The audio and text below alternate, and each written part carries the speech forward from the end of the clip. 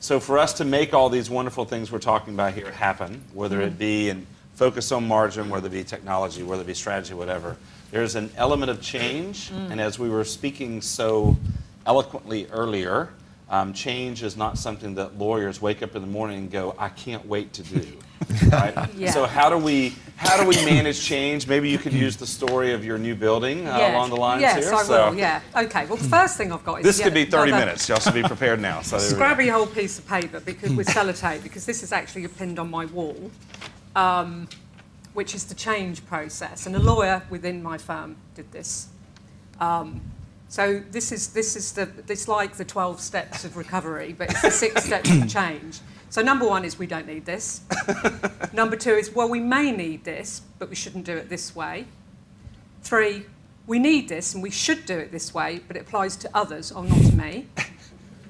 4, my case is different, so I'm concerned about how the new system will affect me in ways that it won't affect others.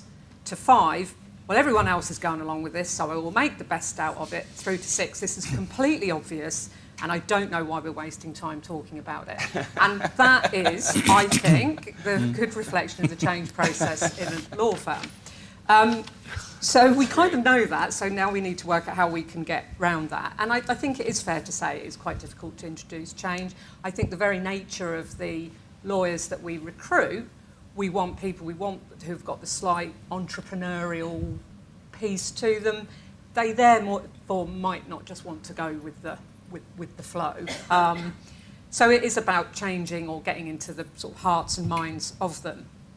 Things that where we have, I think, battled on and got through it is, from the engagement piece, is absolutely, it's got to be clearly led by one or more partners. Because one of the things that you find, we find, is even though we are the paid professionals to come in and deploy systems or run finance, whatever it may be, sometimes, particularly when you're looking to put in a solution that has implications to the lawyers or you want them to use it, the message is often better coming from a lawyer. Even though that's what you do and they do law, I just believe that the message that comes from them is better. So having a partner or a group of partners that are really prepared to be out there and not just as a sponsor to get a name on a chart of or a project initiation document, but someone who will really champion and evangelise about what it's doing and be there to take it through. I think you have to have a clear view of what the issue is and what the solution is, so it's not just seen as just another piece of product that you're making me use when I just need to be getting on with the business of law. I think you do have to do that slight psychology piece in leading them to thinking that was their idea, not yours, because there is still a little bit of not invented here mentality. But we have to avoid that, it's just something IT want because IT want it, or, it's something finance have put in because those accountants need it to do this other stuff. So it's dark art. That sounded kind of personal, didn't it? Yeah, sorry about that. Don't ask what the other stuff is.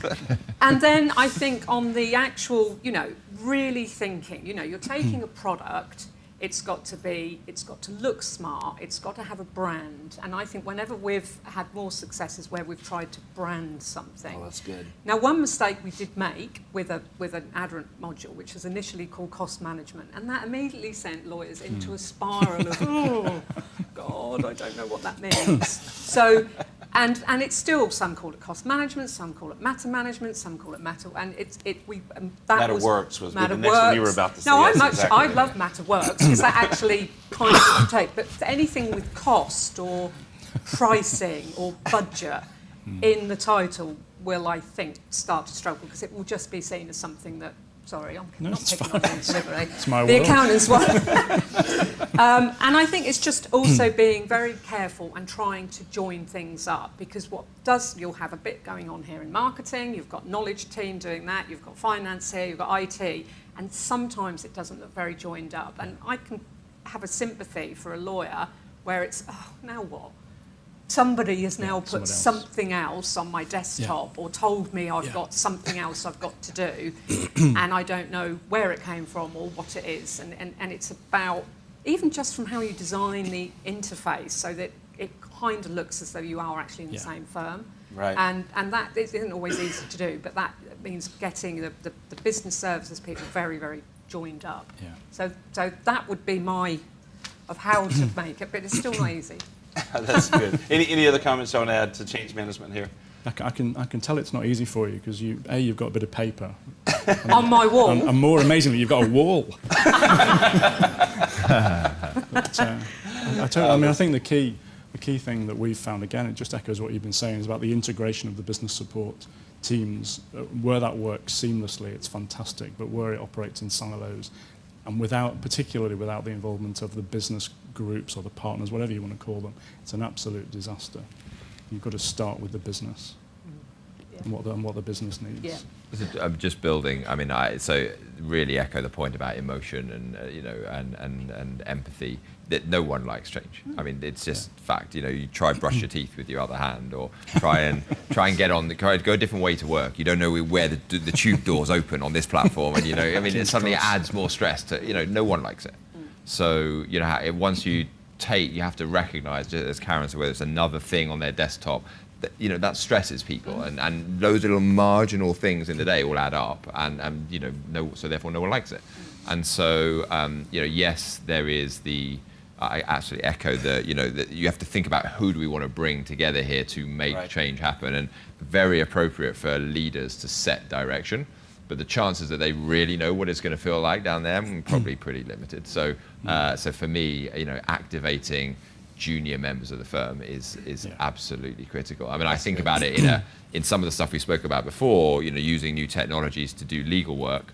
Our CTO, Simon Kosminski, we got no idea exactly how a real estate deal is happening right now.